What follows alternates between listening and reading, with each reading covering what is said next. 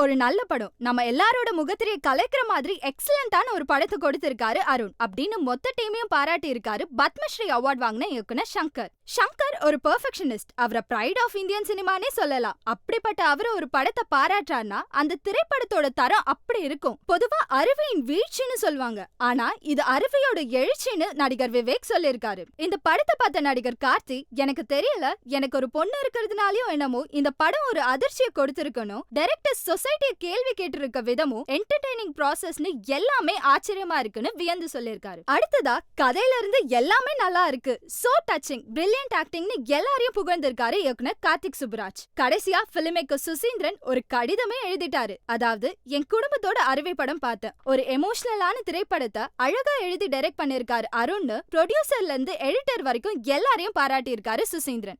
Cinema விகடனில் நிறைய நல்ல newses பார்த்துட்டு இருப்பீங்க. அப்படி அந்த நியூஸ்லாம் உங்களுக்கு பிடிச்சிருந்ததுன்னா, அவங்க நல்ல நியூஸ், கரெக்டான நியூஸ் தான் கொடுக்குறாங்கன்னு நினச்சிங்கன்னா சப்ஸ்கிரைப் பண்ணுங்கள்.